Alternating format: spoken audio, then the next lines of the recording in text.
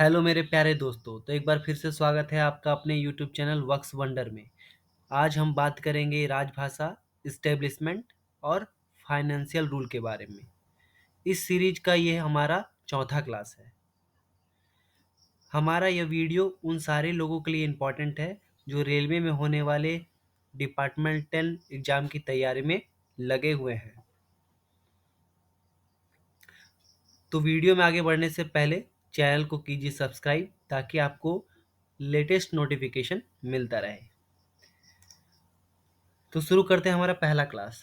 सबसे पहला क्वेश्चन है, which ministry issue important policy decision pertaining to official language. तो हमारा ये राजभाषा से रिलेटेड क्वेश्चन है। तो इसमें पूछा गया है कि कौन सी मिनिस्ट्री जो है वो इम्पॉर्टेंट डिसीजन लेती है रिगार्डिंग ऑफिशियल लैंग्वेज। तो इसका सही आंसर है ministry of home affairs. Ministry of home affairs जो है वो ऑफिशियल लैंग्वेज से रिलेटेड सारे पॉलिसी मेकिंग जो डिसीजन इंपॉर्टेंट डिसीजन है वो लेती है। नेक्स्ट क्वेश्चन है, on the linguistic basis which union territory is not classified under region B.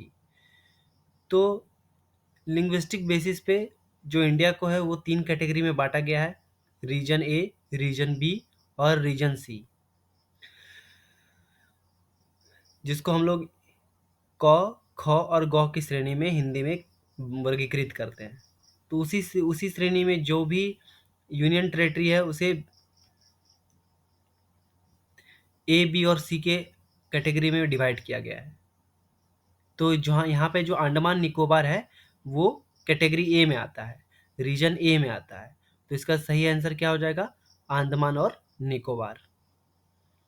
Next question है, which is the most elementary Hindi course prescribed for central government employ. यहाँ पे बोला गया है कि कौन सा सबसे एलिमेंट्री हिंदी कोर्स है सेंट्रल गवर्नमेंट एम्प्लॉय के लिए, केंद्रीय कर्मचारी के लिए सबसे बेसिक कोर्स क्या है हिंदी का। तो इसका सही आंसर है प्रबोध। टोटल 4 टाइप के कोर्स होते हैं। सबसे पहले होता है प्रबोध प्राग,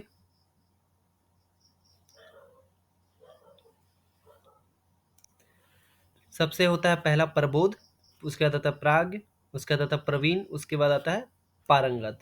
तो ये टोटल 4 टाइप के कोर्सेस होते हैं हिंदी के जो सेंट्रल गवर्नमेंट एम्प्लॉय के लिए लागू होते हैं। तो जो सबसे एलिमेंट्री हिंदी कोर्स है वो क्या है, प्रबोध है। तो इसका सही आंसर क्या हो जाएगा, प्रबोध। अब नेक्स्ट क्वेश्चन है, what is the name of the award given by railway ministry for writing novel and story books इन हिंदी। तो यहाँ पे क्वेश्चन पूछा गया है कि रेलवे एम्प्लॉय द्वारा, रेलवे कर्मचारी द्वारा और इसके अलावा वैसे लोग जो हिंदी में अच्छी नोवेल या स्टोरी लिखते हैं उसे रेलवे मिनिस्ट्री द्वारा अवार्ड दिया जाता है। और उस अवार्ड का नाम क्या है, प्रेमचंद्र पुरस्कार। रेलवे मिनिस्ट्री द्वारा नॉवल और स्टोरी बुक राइटिंग में जो अवार्ड दिया जाता है उसका नाम क्या है, प्रेमचंद्र पुरस्कार। तो आपको कमेंट सेक्शन में जवाब देना है कि जो पोएट्री में यानी कविताओं में जो पुरस्कार दिया जाता है रेलवे मिनिस्ट्री द्वारा वो कौन सा पुरस्कार है। आपको एक बार दोबारा क्वेश्चन बता दूं कि स्टोरी या नॉवेल लिखने के लिए प्रेमचंद्र पुरस्कार दिया जाता है, तो पोयम यानी कविता लिखने के लिए रेलवे मिनिस्ट्री द्वारा कौन सा अवार्ड दिया जाता है, ये आपको कमेंट सेक्शन में बताना है। नेक्स्ट क्वेश्चन है, what is the target fixed in annual programme for giving answer in Hindi for the letters received in Hindi. तो इसका सही आंसर है 100%। इसका सही आंसर क्या है, 100%। क्वेश्चन पूछा गया है कि अगर किसी रेलवे ऑफिस द्वारा अगर कोई लेटर हिंदी में रिसीव होता है तो उसका रिप्लाई भी हिंदी में देना है। 100% रिसीव्ड जो भी लेटर हिंदी में होते हैं उसका रिप्लाई भी हिंदी में देना है। नेक्स्ट क्वेश्चन है, in a document covered under section 33 of official language act if any violation of policy is found who is responsible for this. तो ये राजभाषा से रिलेटेड है, जिसमें कहा गया है कि अगर सेक्शन 33 ऑफ ऑफिशियल लैंग्वेज के तहत कोई भी वायोलेशन होता है तो उसका जिम्मेदार कौन होगा, तो उसका जिम्मेदार ऑफिसर साइनिंग द डॉक्यूमेंट, जो उस डॉक्यूमेंट को साइन करेंगे वही जिम्मेदार होंगे। एक बार फिर से क्वेश्चन मैं बता देता हूँ, राजभाषा अधिनियम के धारा 3(3) के अंतर्गत आने वाले किसी भी दस्तावेज में यदि किसी प्रकार का कोई उल्लंघन पाया जाता है, नीति में कोई उल्लंघन पाया जाता है, तो इसके लिए कौन जिम्मेदार होता है? ऑफिसर साइनिंग दैट डॉक्यूमेंट, जो उस डॉक्यूमेंट को साइन करता है। नेक्स्ट क्वेश्चन है official language rule were framed in year. तो ये क्वेश्चन में पूछा गया है कि ऑफिशियल लैंग्वेज रूल जो है किस साल फ्रेम्ड किया गया था, किस साल बनाया गया। तो इसका सही आंसर है 1976। Official language rule framed in 1976। Official language rule framed in 1976। Next question है which of the foreign language is included in 8th schedule of constitution of India. तो यहाँ पे क्वेश्चन पूछा गया है भारतीय संविधान की 8वीं अनुसूची में कौन सी विदेशी भाषा को दर्जा दिया गया है। तो आपको बता दें इसका सही आंसर क्या होगा? नेपाली। नेपाली एकमात्र ऐसी विदेशी भाषा है जिसको भारतीय संविधान के 8वीं अनुसूची में जगह दी गई है, इंक्लूड किया गया है। टोटल अभी तक 22 भाषाओं को 8th शेड्यूल के अंदर इंक्लूड किया जा चुका है। नेक्स्ट क्वेश्चन है which article of the constitution provide for the official language of Indian union. तो इसमें क्वेश्चन पूछा गया है वैसा कौन सा आर्टिकल है जिसके बारे में ऑफिशियल लैंग्वेज ऑफ इंडिया के बारे में बताया गया। तो इसका सही आंसर है 343। आर्टिकल नंबर 343, अनुच्छेद संख्या 343 के अंदर ये बताया गया है कि ऑफिशियल लैंग्वेज जो है कौन सा है यूनियन ऑफ इंडिया का। इसके बाद क्वेश्चन है in normal cases maximum how many days medical leave can be granted to a railway employ residing in a area covered by railway health service without producing the medical certificate from the railway medical officer. तो हमारा ये question किससे related है? Establishment से related है।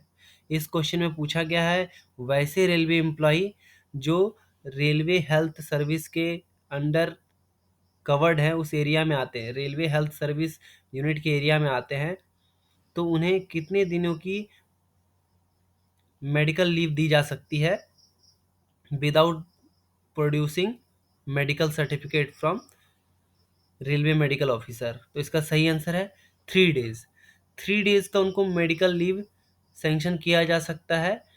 अगर वो medical certificate ना भी दिखाए तो उनको 3 डेज का मिल सकता है।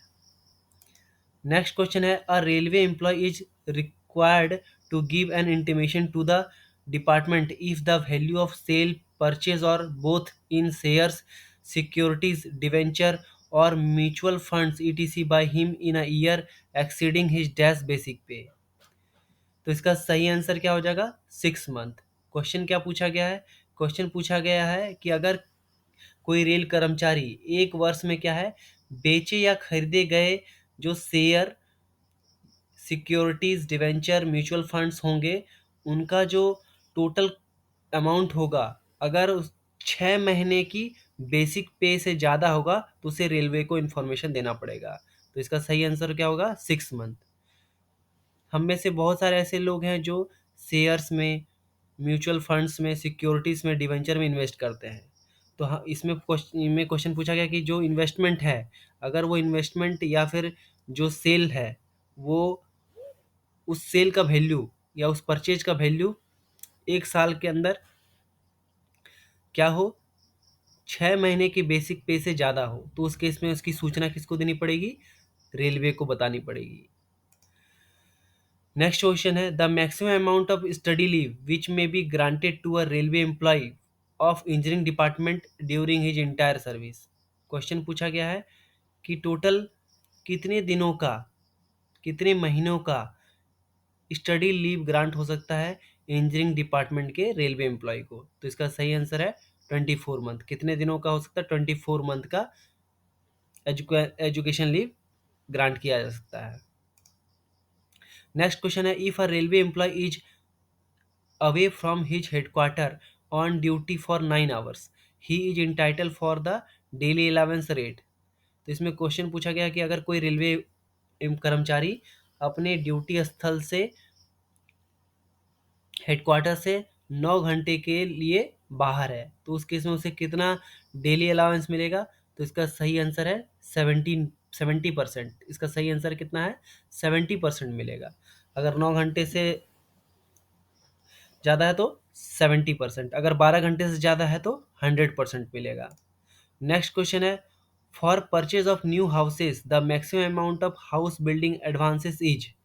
तो क्वेश्चन पूछा गया है, अगर कोई रेलवे कर्मचारी नया घर खरीदना चाहता है तो उसे कितना amount of house building advance मिलेगा, कितना amount of house building advance दिया जा सकता है। तो रेलवे कर्मचारी को बहुत सारी फैसिलिटी दी गई, इसमें से एक ये है जिससे कंप्यूटर एडवांस मिलता है, उसके बाद हाउस बिल्डिंग एडवांस मिलता है। तो हाउस बिल्डिंग एडवांस जो है वो कितना मिल सकता है, तो वो 34 मंथ ऑफ बेसिक पे के बराबर मिलेगा, या फिर मैक्सिमम 25 लाख तक। जो भी कम होगा वही मिलेगा। कितना मिलेगा? 34 मंथ ऑफ बेसिक पे या फिर मैक्सिमम 25 लाख, इससे ज़्यादा नहीं दिया जा सकता। इसके बाद क्वेश्चन है, other than exception mentioned in the rule the reimbursement of children education allowance is given only for dash elders surviving children।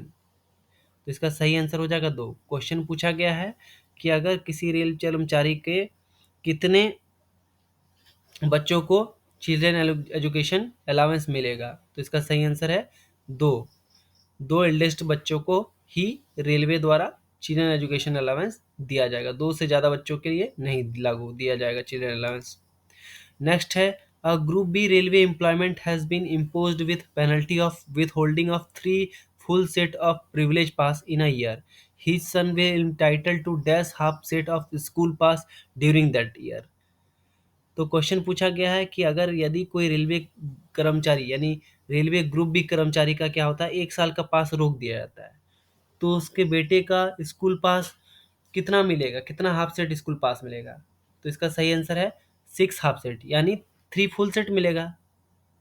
यानी उसके बेटे के पास में कोई कटौती नहीं होगी। अगर किसी रेलवे एम्प्लॉय के पास में कटौती होती है तो उसके बेटे के पास में स्कूल पास में कोई कटौती नहीं होगी। इसका सीधा सीधा मतलब इस क्वेश्चन से यही समझा जा सकता है। नेक्स्ट क्वेश्चन है, for taking study leave a railway employ from engineering department has to give a bond that he will survive the railway for minimum dash after the expiry of study leave. तो अभी हमने देखा कि railway employ को जो पीवे के engineering के staff हैं उनको 24 महीने का स्टडी लीव मैक्सिमम दिया जा सकता है। तो और इसमें पूछा गया है कि अगर किसी रेलवे एम्प्लॉय को, जो इंजीनियरिंग डिपार्टमेंट का रेलवे एम्प्लॉय होगा, उसको अगर स्टडी लीव दिया जाता है तो उसे कितने महीने के लिए बॉन्ड भरा जाएगा, तो उसका 3 साल का एक बॉन्ड भरा जाएगा। 3 साल से मिनिमम 3 साल का सर्विस देना पड़ेगा after study leave. Study leave के बाद मिनिमम 3 साल का सर्विस देना पड़ेगा उसे रेलवे में। नेक्स्ट क्वेश्चन है, if a railway employ joining the new post without availing any joining time, the joining time as administrable shall be credited to his leave account as dash. तो इसमें question पूछा गया है कि अगर कोई रेलवे कर्मचारी जो है विदाउट अवेलिंग ज्वाइनिंग टाइम, उसको बिना अवेल किए ही ड्यूटी ज्वाइन कर लेता है, तो उसका जो ज्वाइनिंग टाइम का जो लीव है वो किस में क्रेडिट हो जाएगा। तो इसका सही आंसर है एलपी में क्रेडिट कर दिया जाएगा। मान लीजिए आपका ट्रांसफ़र एक स्टेशन से दूसरे स्टेशन में हो गया और आपने क्या किया, विदाउट अवेलिंग ज्वाइनिंग टाइम अलग अलग किलोमीटर के लिए अलग अलग होता है। वो डिपेंड करता है कि आपका जो प्रेजेंट स्टेशन है और जहाँ आपका ट्रांसफ़र होने वाला है उसका डिस्टेंस कितना है। तो उस केस में मान लीजिए आप का ट्रांसफ़र एक जगह से दूसरी जगह हो जाता है और आप बिना देरी किए ही ज्वाइन कर लेते हैं, तो उस केस में आपका जो ज्वाइनिंग टाइम है वो किस में कन्वर्ट हो जाएगा, वो एलएपी में कन्वर्ट हो जाएगा, लीव ऑन एवरेज पे में कन्वर्ट कर दिया जाएगा। नेक्स्ट है, what is the maximum limit for accumulation of leave on half average पे। तो लीव ऑन हाफ एवरेज पे का कोई लिमिट नहीं है, आप कितना भी leave on half average pay accumulate कर सकते हैं। नेक्स्ट क्वेश्चन है, a person seeking any information from any railway office under ITI यानी right to information act has to make request to the dash. तो इसमें क्वेश्चन पूछा गया है कि यदि कोई व्यक्ति रेलवे ऑफिस से कोई इंफॉर्मेशन आरटीआई, आरटीआई कब आया था, 2005 में आया था, तो आरटीआई के तहत कोई इंफॉर्मेशन पाना चाहता है तो उस केस में उसे किसके पास रिक्वेस्ट भेजनी पड़ेगी? तो उस केस में उसे central public information officer of that office के पास रिक्वेस्ट भेजना पड़ेगा, यानी उस कार्यालय के केंद्रीय जन सूचना अधिकारी को रिक्वेस्ट भेजनी पड़ेगी, उस कार्यालय के केंद्रीय जन सूचना अधिकारी के पास रिक्वेस्ट भेजनी पड़ेगी। नेक्स्ट क्वेश्चन है, a SSC P way remains out of his headquarter for 5 hour at an accident site 15 kilometer away from his headquarter. He will be entitled for daily allowance equal to dash of daily allowance rate.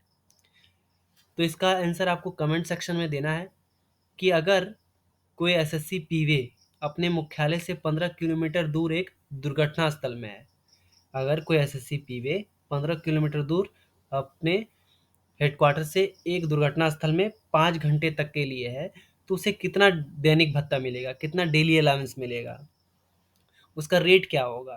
तो उसका rate आपको बताना है यहाँ पे comment section में। Next question है, in which case issue of privilege pass between two station through a route which is longer than the shortest route between this station is not permissible.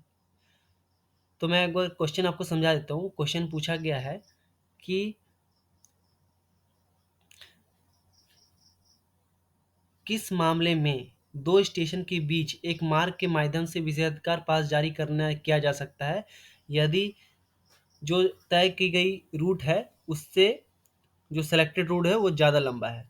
कहने का मतलब है, जैसे मान लीजिए आप दिल्ली से कलकत्ता ट्रैवल करना चाहते हैं जिसके लिए आपने पास जारी कराया, तो जनरली जो पास जारी होता है वो शॉर्टेस्ट रूट के लिए होता है, पर उसके एक एक्सेप्शन है, अपवाद है।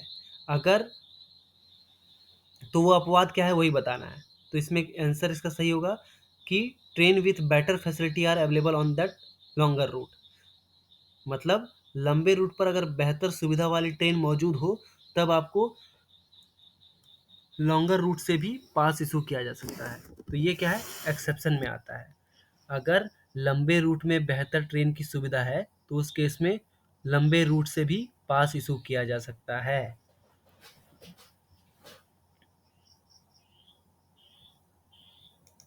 नेक्स्ट क्वेश्चन है, the online platform created exclusively be for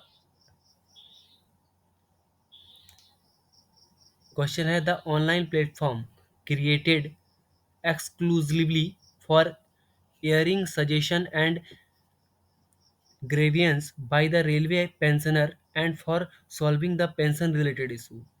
तो क्वेश्चन पूछा गया है, रेलवे पेंशनरों द्वारा सुझाव और शिकायतों को प्रस्तावित करने और उसे हल करने के लिए विशेष रूप से बनाया गया ऑनलाइन प्लेटफॉर्म का क्या नाम है? तो इसका सही आंसर है अर्पण, ARPN। इसका सही आंसर क्या है? अर्पण। ये किसके लिए बनाया गया है? पेंशनरों के लिए बनाया गया है। अर्पण का फुल फॉर्म है advance railway pension access network. इसका फुल फॉर्म क्या है? Advance railway pension access network, advance railway pension access network. Next question है, ये आता है आपका फाइनेंशियल रूल के अंदर। अभी हम फाइनेंशियल रूल से रिलेटेड क्वेश्चन को डिस्कस करेंगे। इसमें पहला है, a statement of the estimated receipt and expenditure of the government of India for that year preferred to the annual financial statement is popularly called. तो इसका सही आंसर है एनुअल बजट। क्वेश्चन पूछा गया है कि जो भी एक्सपेंडिचर होता है या जो भी रिसिप्ट मिलता है गवर्नमेंट इंडिया को, तो उसको क्या बोलते हैं? उसको जनरली बोलते हैं एनुअल फाइनेंशियल रिसिप्ट। तो इसका दूसरा नाम क्या है? तो इसका पॉपुलर नाम क्या है? Annual budget. अगर हिंदी में बात करें तो भारत सरकार की अनुमानित प्राप्तियों और व्यय का जो विवरण होता है उसे वार्षिक वित्तीय विवरण कहा जाता है। और इसका लोकप्रिय नाम क्या है? इसका लोकप्रिय नाम एनुअल बजट है, वार्षिक बजट है। नेक्स्ट क्वेश्चन है, which work are carried out under the plan head 31 of the railway budget.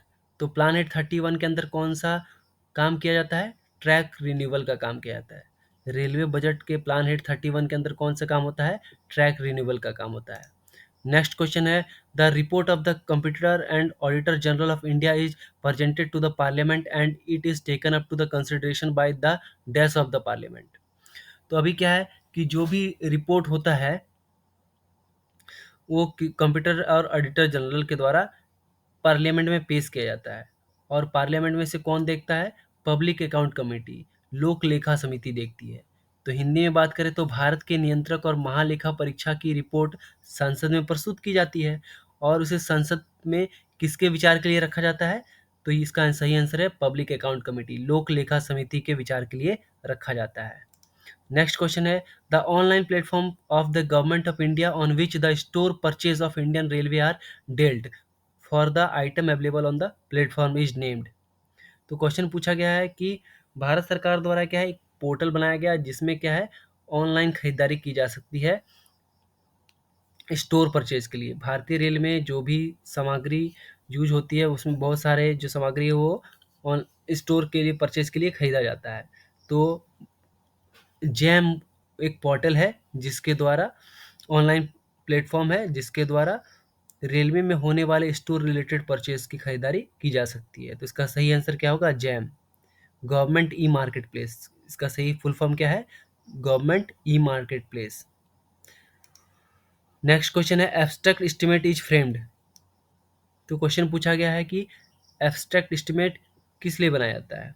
तो इसका सही आंसर है to obtain administrative approval of for the work. तो एडमिनिस्ट्रेटिव अप्रूवल के लिए एब्स्ट्रैक्ट एस्टिमेट बनाया जाता है। सही आंसर क्या होगा?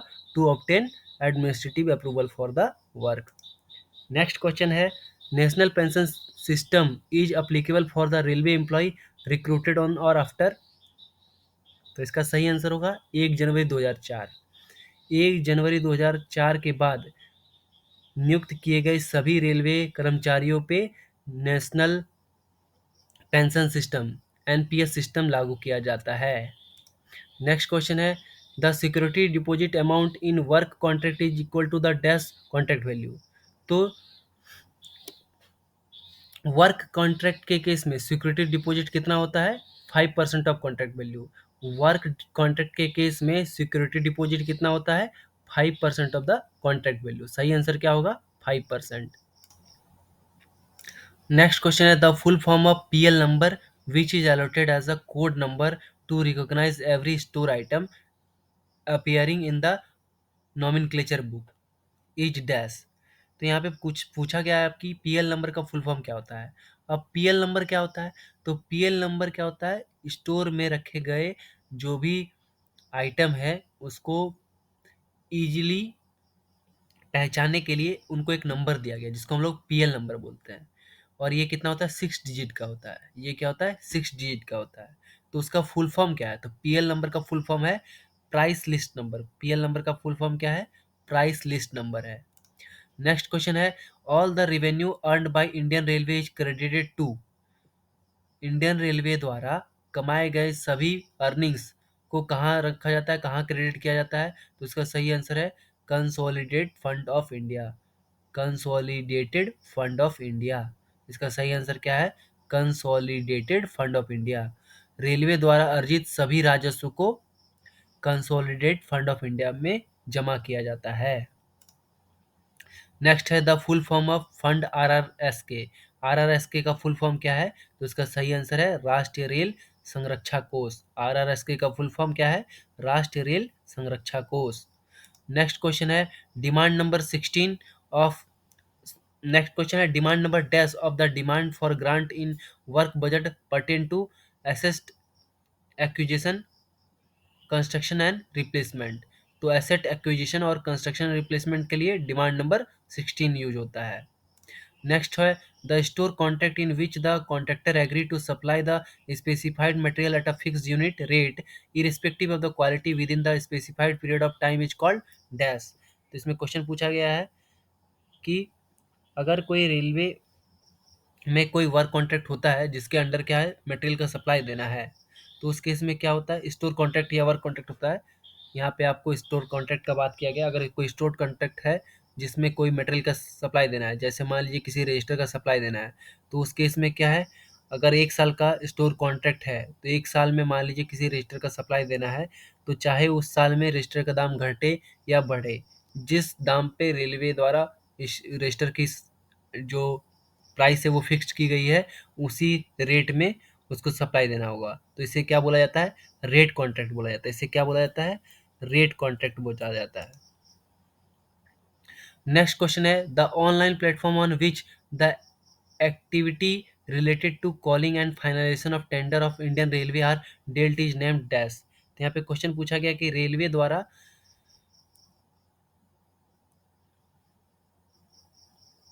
टेंडर को फाइनलाइजेशन करने और टेंडर रिकॉल करने के लिए कौन से ऑनलाइन प्लेटफॉर्म का यूज होता है? तो इसका सही आंसर है IREPS, Indian railway e procurement system. इसका सही आंसर क्या हो जाएगा? IREPS, Indian railway e procurement system. तो थैंक यू दोस्तों, चैनल को कीजिए सब्सक्राइब ताकि आपको हमारे चैनल का लेटेस्ट अपडेट मिलता रहे, और वीडियो को लाइक करना मत भूलिए। मिलते हैं नेक्स्ट वीडियो में।